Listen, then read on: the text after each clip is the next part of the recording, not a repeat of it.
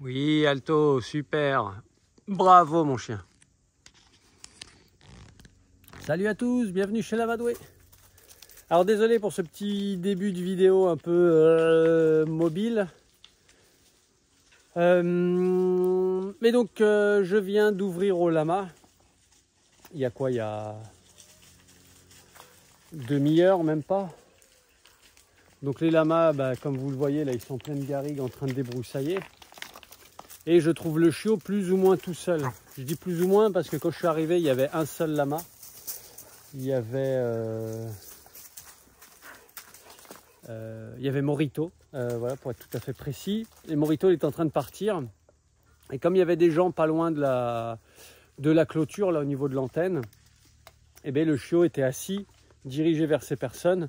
En gros, il montait la garde. Donc, c'était très bien. Sauf que il n'a pas vu les lamas se déplacer, parce que comme ils ne font pas de bruit, ils n'ont pas de sonaille, donc de clochette. Et donc, je lui ai dit de repartir au troupeau. Donc, ce qu'il a fait, c'est là où j'ai commencé la vidéo, où il se met à fureter au sol, à sentir et à retrouver leur piste. Donc, ça, c'est génial. Donc, il fait du bon boulot. Bon, même si là, il est collé à moi et au chien, on est au milieu des loulous. Et donc, c'est le moment idéal pour parler des lamas qui débroussaillent. Donc des lamas et des alpagas. Mais globalement, le lama fera mieux le boulot que l'alpaga. Donc voilà, des traces de laine. Donc là, on peut voir, ils ont fait des petits sentiers. Là aussi, on a de la laine.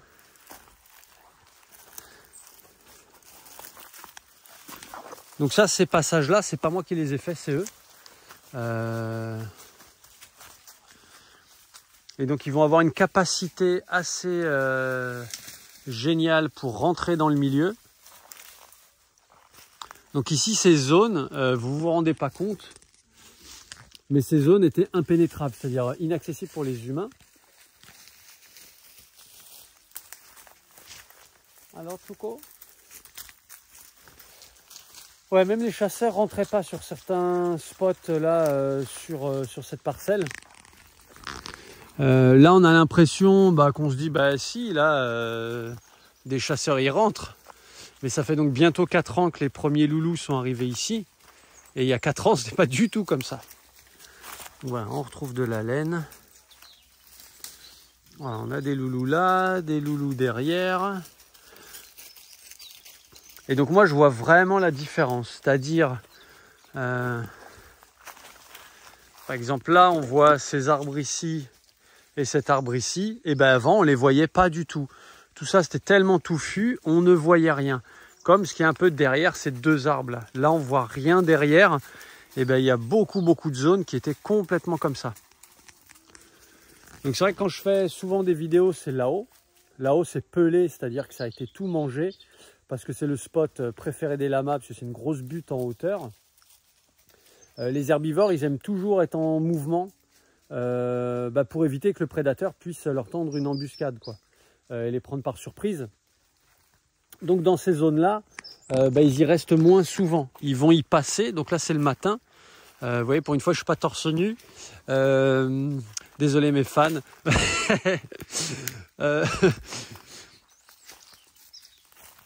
On a des toilettes, donc à chaque fois il y a des zones de toilettes, ça veut dire qu'ils y viennent souvent, mais ils vont plutôt y passer. Donc il y a même une autre toilette là-bas, voilà, ils vont toujours faire au même endroit pour à la fois marquer le territoire et éviter de devoir aller plus loin pour aller déféquer plus loin,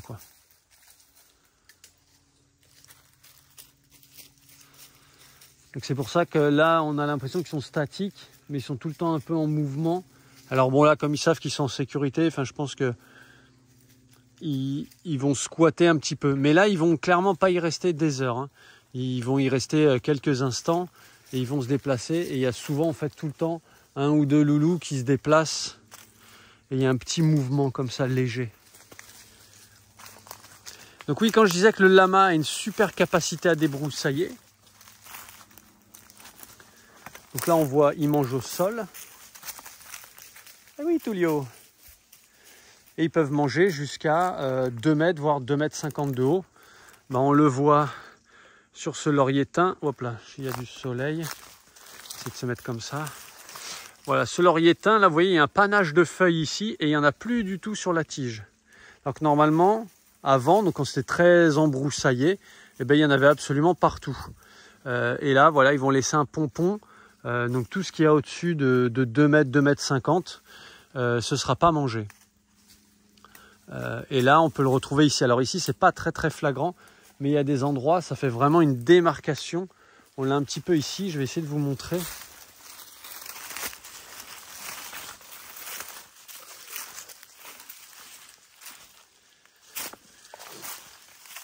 Voilà, regardez, du sol jusqu'à 2 mètres, 2 mètres 50, là, il n'y a plus de feuilles. Et on voit très bien les branches sans feuilles. Donc ça, au fur et à mesure, ben, je les couperai, parce que de toute façon, il n'y a plus de feuilles qui va... Le végétal est intelligent, il s'adapte aussi, il va préférer faire pousser ses feuilles en haut que sur des branches qui vont se faire manger, quoi. Et donc, quand je disais que le lama a une meilleure capacité à débroussailler, c'est parce que, 1, il est plus grand, donc il mange plus. 2, il est plus grand, donc il mange plus haut, donc il va débroussailler de manière voilà, plus efficace dans le sens de la hauteur. Et il va être, de ce qu'on dit, un petit peu moins regardant que les alpagas sur la nourriture. Bon, moi, j'ai pas trop vu la différence. Là, on vient de voir petit Nazca, le petit alpaga blanc, bah, voilà, qui mangeait un peu de tout.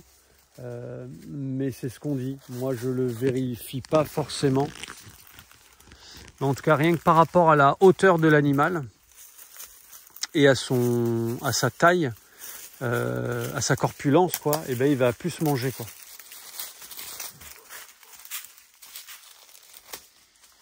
Parce qu'ici, on est dans des zones classées incendie rouge.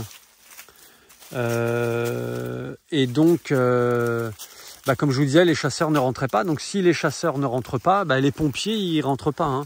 Hein. Et du coup, le feu peut se propager très vite parce qu'il aura du combustible du bas vers le haut.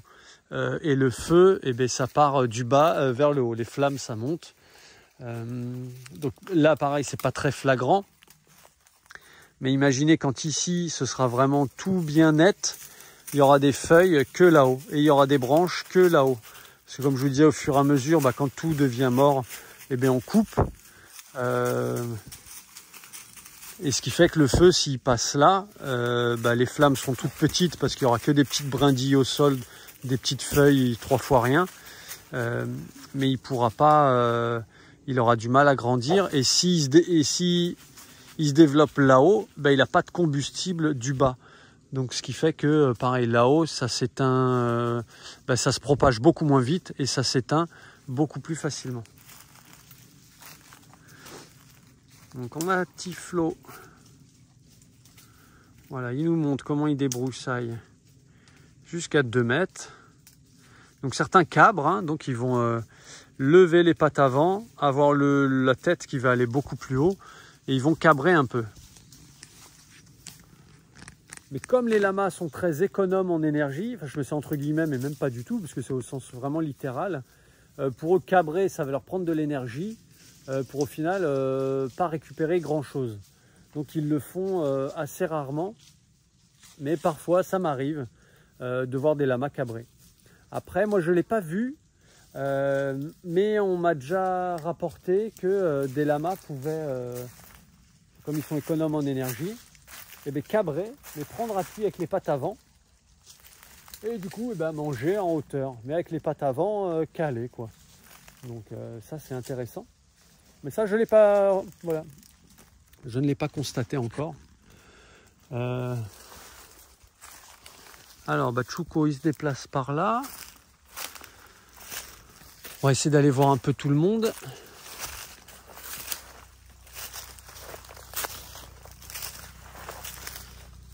Donc ouais, les lamas, ils sont hyper adaptés au débroussaillage en garrigue, enfin au débroussaillage en général, et la garrigue en particulier, parce que comme ils font 1, 2, 3, Comme ils font partie de la famille des camélidés, et là on peut le voir,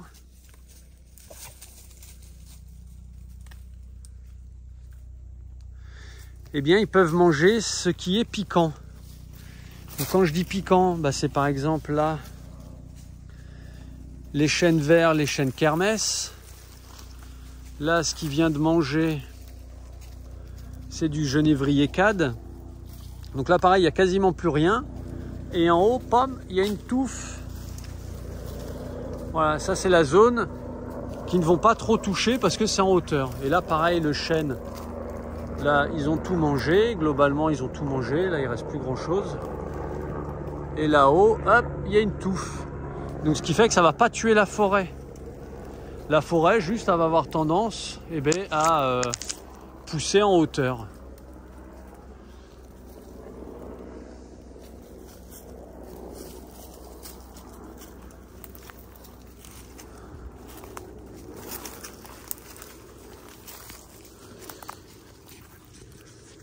Donc le lama, comme il fait partie de la famille des camélidés, donc des chameaux, il est assez économe en eau.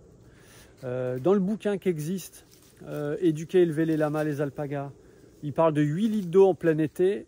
Moi ici, comme on n'a pas l'eau courante, c'est moi qui vais chercher de l'eau, c'est moi qui remplis les abreuvoirs. Je pense qu'en plein été, ils sont plutôt à 5 litres jour. Voilà, pour vous donner un ordre d'idée, un cheval, c'est une quarantaine de litres, donc presque x10. Et une vache laitière qui a des mamelles comme ça qui va produire 40 litres de lait par jour, elle va boire 100 litres d'eau par jour. Donc on est sur des animaux assez économes. Moi clairement en plein été, les 5 litres, je les bois quasiment quand je travaille, quand j'ai des trucs à faire.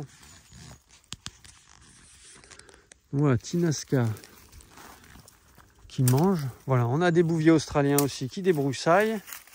Hein, ils cherchent à s'occuper, la mâchoire.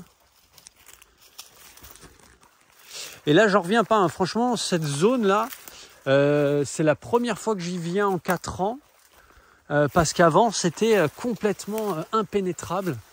Et je voulais notamment venir parce que cet arbre était tombé. Il s'est arraché suite à une tempête. Donc là, on peut voir un clapas, là, les murets en pierre sèche, qui celui-là est assez effondré. Donc quand je fais le tour de la clôture, là j'ai une clôture qui est juste là, et je voyais cet arbre. Ici je pouvais avancer un peu, mais là où je suis, je pouvais pas du tout y aller. Donc vous voyez, moi aussi je découvre des trucs. La salse pareil. Regardez sur ma main tous les petits piquants et les feuilles. Je sais pas si on va le voir. J'essaie de faire au mieux. Hein. Les feuilles, ah voilà, comme ça on le voit un peu, les feuilles ont déjà des petits piquants. Alors certains individus beaucoup plus que d'autres. Donc ça, le lama, il va manger à la fois les tiges et à la fois les feuilles. Il va préférer les feuilles, hein, mais il est capable de manger les tiges. Les lamas sont capables de manger des cactus. Et par cactus, je parle des figues de Barbarie qui ont des piquants grands comme mon doigt. Et franchement, c'est pas parce qu'on est près de la Méditerranée que je suis marseillais, mais vraiment des piquants grands comme ça. Hein. Allez voir, vous tapez figues de Barbarie sur internet, et le lama est capable de manger ça, quoi. Hein. Donc là, des petites salseux pareilles. Moi, je les ai vus de mes propres yeux manger une ronce épaisse comme ça, donc plus grosse que mon pouce. Et j'ai vraiment été très étonné de les voir manger ça. Alors, Brony.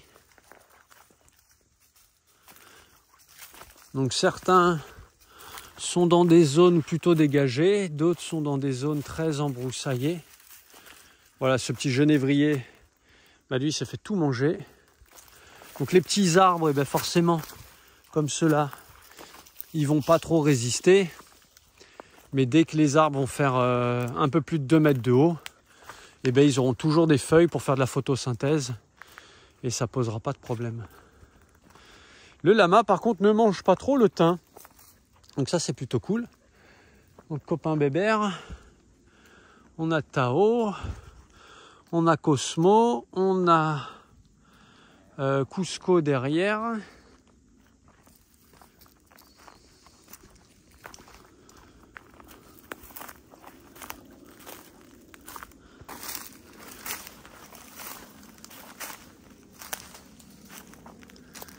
Là, on a mousse ici aussi. Donc pareil, là, vous voyez, je suis sur un clapasse. Donc un muret qui part de là-bas, comme ça. J'essaie de pas aller trop vite. Et qui va jusqu'à l'arbre qui est tombé là-bas. Et bien clairement, il y a 4 ans, lui, je le voyais, mais derrière, donc là, vous voyez, c'est 4 arbres. Et bien derrière ça, il y avait 0 accès. Donc là, c'est vrai que ça paraît dur à imaginer. Mais tout ça, c'était des broussailles, des broussailles, des broussailles, des broussailles. Donc régulièrement, je les vois, j'appelle ça des guirlandes. Ils ont autour d'eux un morceau de ronce ou de salse pareil. Un petit peu comme Brownie. Comme ce qu'il a sur le dos. Ah oui. Tu dis bonjour. Voilà, là c'est un genre de bout de genêt tout sec. Mais des fois, ils ont une guirlande de ronces ou de salse pareil. Parce que vraiment, ils vont rentrer là-dedans.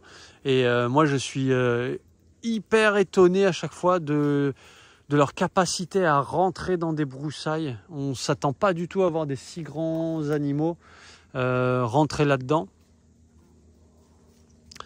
Donc c'est plutôt bien. Ah, Nazca se déplace. Le chiot se déplace.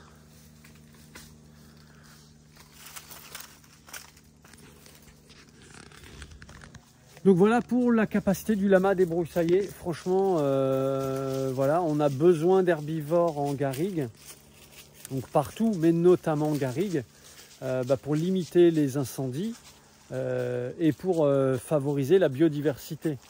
Parce que par exemple ici, donc tout ça avant, c'était que des terrains agricoles, donc c'était beaucoup d'oliveraies. On trouve, je trouve là sur ces terrains beaucoup de grosses souches d'oliviers.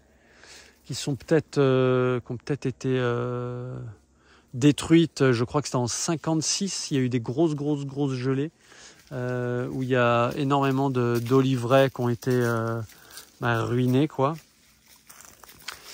Et donc là, on peut voir que la forêt avance sur cette ancienne prairie, quoi. Donc on peut voir, hein, les arbres ils sont pas vieux, hein, ils sont pas gros. Bon, parce qu'ici ça pousse pas vite. Et du coup, là, dès que c'est un peu dégagé, on trouve du thym. Donc, on trouve des fleurs. Donc, qui dit fleurs, dit insectes pollinisateurs. Qui dit insectes pollinisateurs, dit des mangeurs d'insectes. Donc, des petits oiseaux, des menthes religieuses, des musaraignes. C'est une espèce de... On a l'impression que c'est des rongeurs, mais ça n'en est pas. Et donc tous ces petits prédateurs vont attirer des plus grands prédateurs, donc des rapaces comme des buses, des chouettes, les hiboux, enfin toutes ces familles-là, des blaireaux, des renards, et serpents, lézards, etc. Et tous ces prédateurs vont attirer des plus grands prédateurs comme les loups, voilà. Dans une forêt, il y a un peu moins de biodiversité. Ça va être intéressant, les forêts, j'ai rien contre ça, hein, qu'on soit clair. La forêt, ça va amener des habitats pour les hiboux, pour tout un tas d'animaux, ça va être intéressant. Il faut aujourd'hui trouver une alternance entre remettre des prairies et avoir des forêts, quoi. Il y a trop de terrain. Enfin, en tout cas, nous, ici, là, autour de Murviel-lès-Montpellier, il y a énormément de terrains qui ont été laissés à l'abandon et qui, du coup, s'embroussaillent. Et donc, notamment, on perd en biodiversité et on augmente le risque incendie. Vous imaginez si autour de moi, c'était une prairie, la forêt qui est là-bas, elle est naturellement protégée. Parce que le feu, ici, ne pourrait pas se répandre.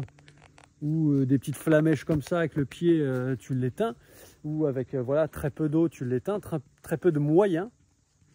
Alors que quand c'est toute la forêt qui brûle, on l'a vu au Canada ou dans d'autres endroits, quand il n'y a pas de prairie pour faire un coupe-feu naturel, c'est catastrophique. C'est des milliers d'hectares qui partent en fumée, quoi. Donc voilà, nous ici dans l'Hérault, c'est vrai qu'il y a des grosses campagnes pour créer des coupe-feux. Donc ils arrivent avec des engins énormes et ils rasent tout. Je pense que c'est plutôt le travail des herbivores. Alors clairement, bah, moi je vais dire ce que je pense à ce niveau-là, même si ça déplaît à certaines personnes, mais je pense qu'il y a trop de chasse. C'est soit faut qu'on arrête la chasse, soit faut qu'on aide un peu plus, ou en tout cas faut qu'on favorise, pas forcément aider dans le sens financier, hein. Enfin, l'aide c'est pas que ça, mais favoriser les élevages, voilà, pour augmenter la capacité à débroussailler, quoi, ou limiter énormément la chasse pour essayer de faire revenir les cerfs, les chevreuils, etc. Nous on n'en a plus du tout ici, enfin, c'est très très rare d'en voir.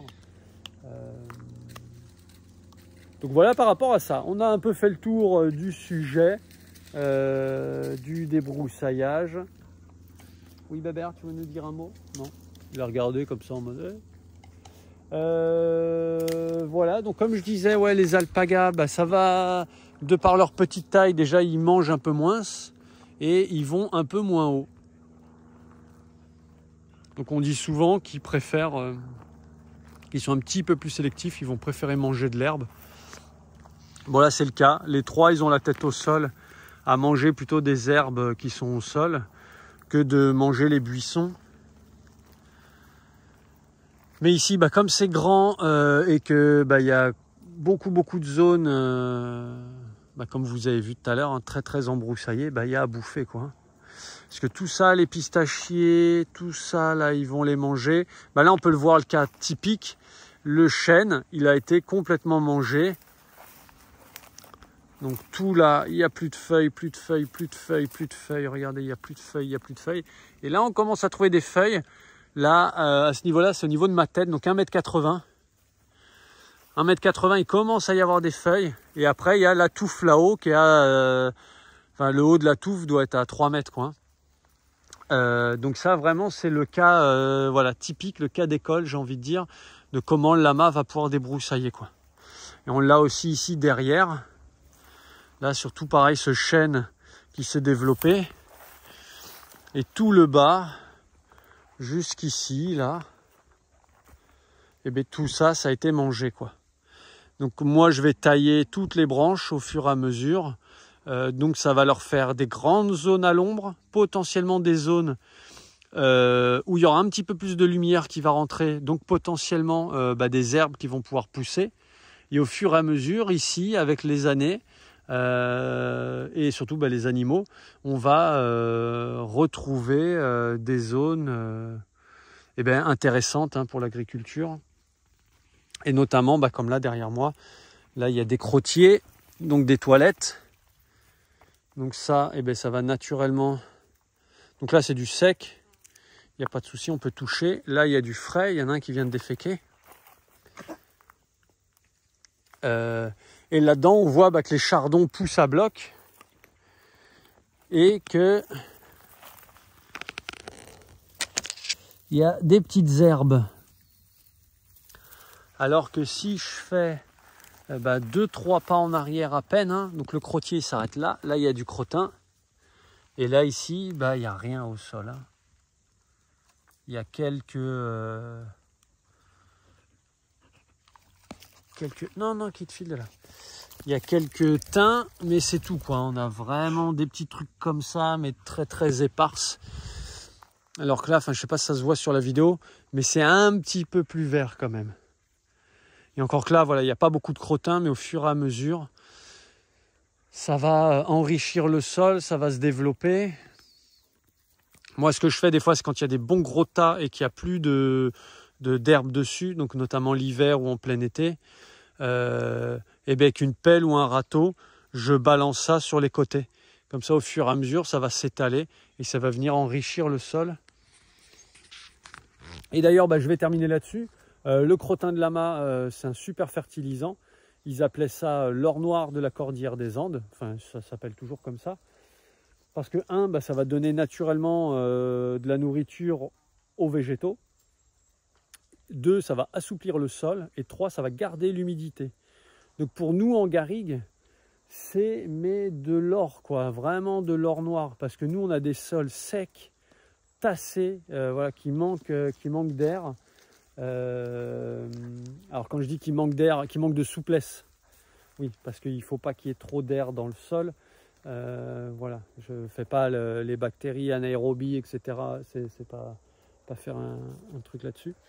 Mais ça manque de souplesse. Les endroits où il y a beaucoup de crottin, bah, dès que tu grattes sur ça, tu trouves direct de l'humidité et tu vois que ça fait de la terre, mais bien molle. Là, regardez. Donc si on va là-dedans, donc là il y a du frais, donc là bien sûr, là ça va être humide. Hein. Mais là, il n'y a pas vraiment de frais. Et si je creuse, ah ouais, il n'y en a pas assez. Mais voilà, si on creuse, ça fait direct de la terre, quoi. Alors que si je vais là où il n'y a pas de crottin, là derrière, il n'y a rien, quoi. Il n'y a rien. Il n'y a rien du tout, quoi. Et les endroits où il y en a vraiment beaucoup du crottin, et ben ça fait vraiment, ça garde vraiment l'humidité, c'est assez dingue, quoi. Et le sol, voilà, il est gorgé comme ça de terre. Il y a plus de crottin, ça fait que de la terre comme ça. Et là, moi qui vous sentez pas, mais dans ma main, je sens clairement l'humidité et la fraîcheur, quoi. Alors que j'ai creusé de ça. Oui, loulou. Voilà, bah, j'ai fait le tour un peu sur la capacité du lama à débroussailler. Voilà, si vous habitez en milieu méditerranéen ou quoi, voilà, pensez au lama. C'est hyper intéressant. C'est des animaux assez rustiques, enfin rustiques, plus rustiques qu'un cheval et beaucoup moins sélectifs voilà, qu'un cheval. Donc ça, c'est hyper intéressant. Donc les vidéos à chaque fois sont tournées dans les conditions du direct, sans script, sans montage. C'est de l'impro total, donc c'est vrai que des fois ça prend du temps. Ça peut arriver que je dise pas tout ou que je dise une connerie, qui est une petite coquille qui passe par là. Ça arrive, moi j'ai pas de souci avec ça. On peut tous faire des erreurs, on peut en rediscuter aussi dans les commentaires. Si des fois j'ai pas tout dit ou s'il manque voilà, quelque chose ou s'il y a un terme qui n'était pas clair ou qui n'était pas juste. Voilà, on en discute, c'est avec plaisir. Moi, je ne suis pas l'expert international voilà, en lama. Je fais ma part. Je pense que c'est des animaux qui méritent d'être connus, notamment en garrigue avec le réchauffement climatique, là, les sécheresses, etc. C'est des animaux qui méritent vraiment d'être connus. Oui, ils ne sont pas d'ici. Mais qu'est-ce qui est d'ici en fait? Enfin, c'est quoi? Souvent j'entends ça des gens qui critiquent, qui disent ouais mais c'est pas d'ici. Ouais mais les pommes de terre c'était d'Amérique du Sud, le maïs, les tomates pareil. Il y a un moment qui est d'ici quoi? Qui n'est pas d'ici? D'ici c'est quand? Il y a des millions ou des milliards d'années, je crois que c'est en milliards si je dis pas de conneries, mais là pareil s'il y en a qui ont des infos là-dessus. La Pangée c'était un continent unique, tout était plus ou moins collé. L'Afrique, l'Asie, l'Australie, tout ça, tout était collé. Donc le d'ici, c'est quoi? Moi, je pense qu'on est des terriens. Et on est tous des terriens, autant les plantes que les animaux. Voilà, donc on est tous d'ici. Alors oui, ils viennent d'un autre continent qui n'est pas le nôtre. Mais le chameau, l'âne, ça a été la même chose. Voilà, il y a énormément de chiens, c'est pareil. Je veux dire les chats pareil, enfin je veux dire à un moment donné voilà, on s'arrête où, ça commence où et ça se termine où quoi. Donc bref voilà, j'ouvre le débat là-dessus. C'est quoi un étranger hein? En ce moment on en parle avec les animaux, c'est un petit peu la même chose. Allez, j'en dis pas plus, je vous fais des gros bisous. On a le chien qui est reparti avec Nazca, il l'aime bien, il a ses petits préférés, visiblement aujourd'hui c'est son préféré, c'est lui qui suit. Donc c'est plutôt cool, ça aussi ça avance bien. L'idée des élevages c'est de faire avec et pas contre, donc faire avec ce que nous offre la nature, qu'il soit d'ici ou pas, on fait avec, on prend ce qui est intéressant. On met de côté un petit peu ce qui est pas opportun. Et voilà, on s'adapte. Et on fait au mieux. Allez, des gros bisous. Cette vidéo, elle est un peu longue, ok, mais elle est complète. Enfin, en tout cas, j'espère qu'elle est complète et que j'ai dit le plus de choses possible, que je vous ai montré des trucs intéressants. Voilà. À très bientôt pour d'autres vidéos. Ciao, ciao.